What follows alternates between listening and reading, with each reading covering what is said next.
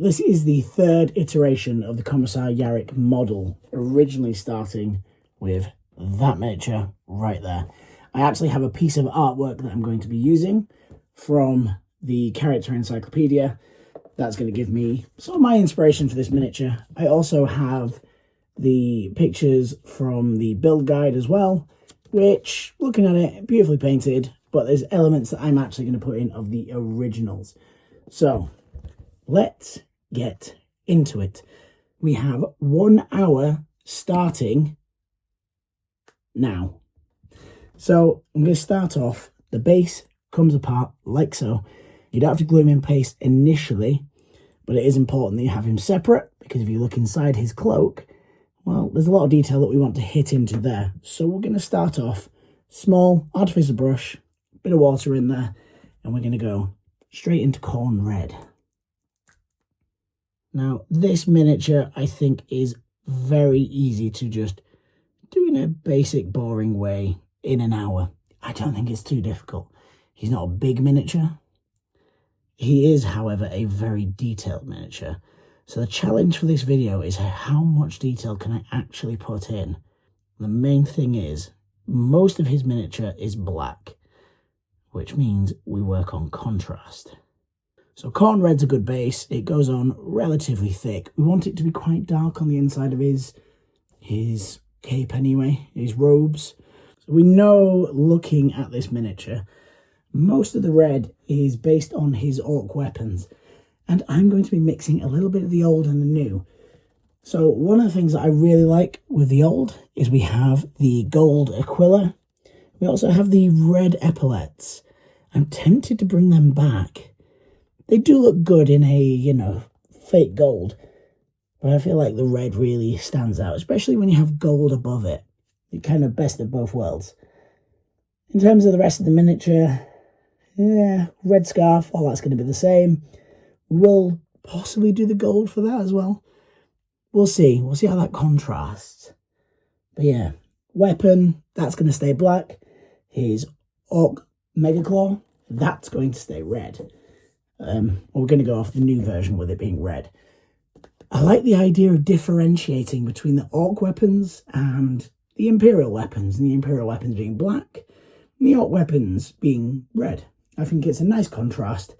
It makes it very obvious, you know, the type of weapons that he's using. So yeah, let's get back into it. We don't have long.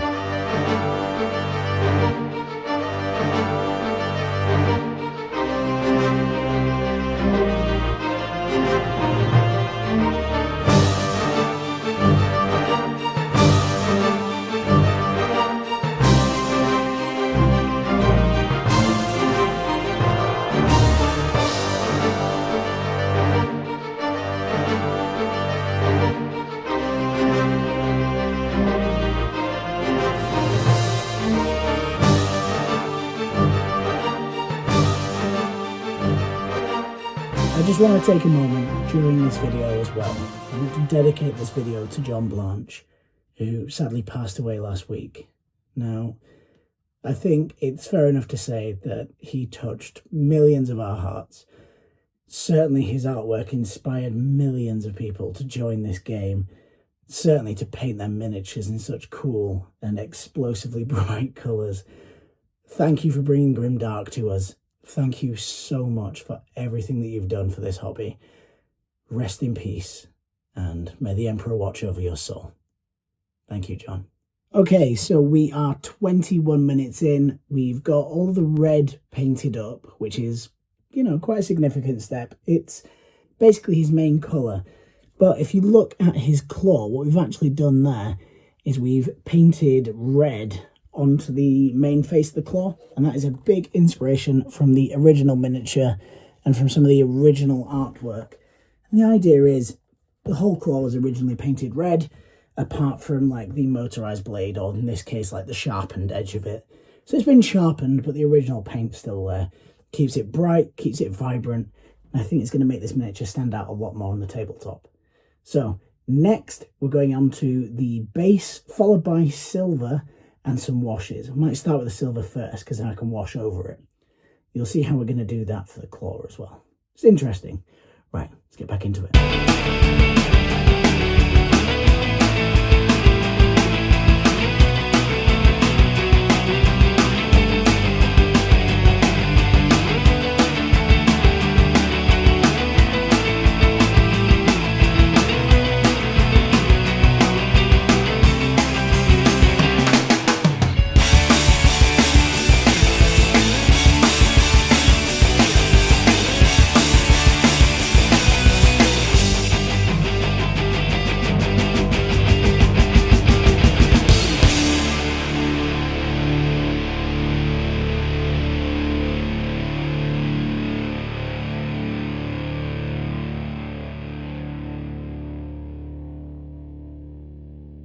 Okay, so we have roughly 15 minutes left to go. His base is roughly base coated. Red's all on, silver is on, ready for contrast paints to try and quickly get through this. Now, in terms of his skin, we're starting off with the fang, and we're then building up on top of that with flesh colours. We don't have a great deal of time, so we're going to be rushing through that, trying to get some skin tone in there. But again, we're kind of looking for this kind of effect. That ghoulish, you know, he shouldn't be alive. He's way too old for a human. And certainly, I want him to look like he's on the brink of passing away. So, yes, back into it. I don't have long.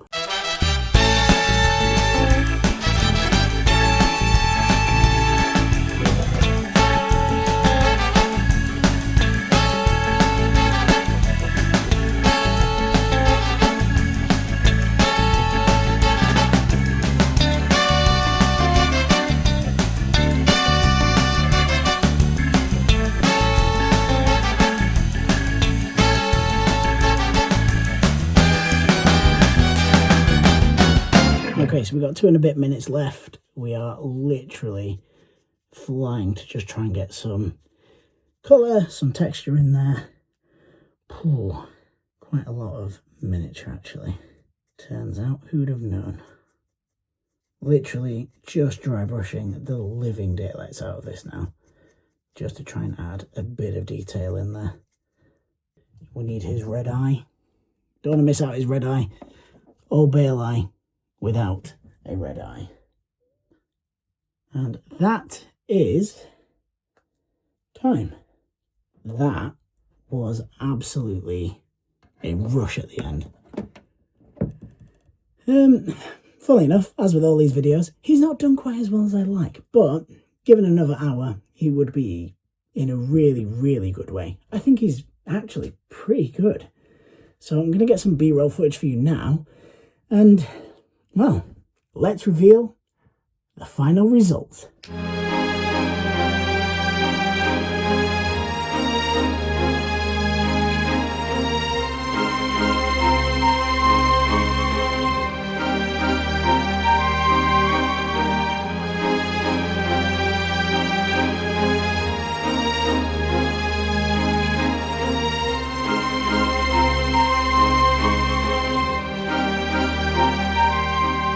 So, given that we only had an hour, I think he's come out really well, actually. Obviously, there's a lot of detail work that needs to go in there.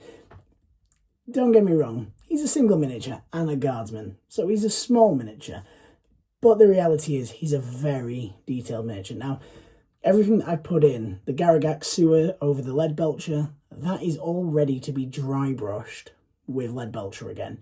And the end results from that is incredible. It looks like worn, very dirty metal.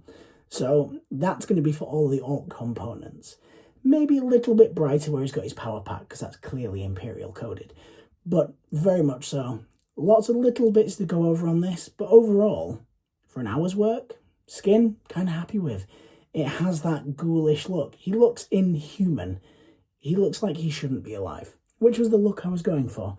Again, going back to the artwork, going back to, you know, really old bits of artwork. You know, don't know if that was a John Blanche, but kind of looks it with the bright colours. But certainly everything was inspired by his work. So, yes, once again, rest in peace to John Blanche. Thank you to all my Patreon supporters. Thank you for supporting the channel. Please comment, like, tell me what you want to see painted up next. I mean, we have 11th edition and StarCraft TMG coming. So if you are enjoying this content, please like, subscribe, leave a comment down below what you want to see, and I will see you all in the next video. Goodbye for now.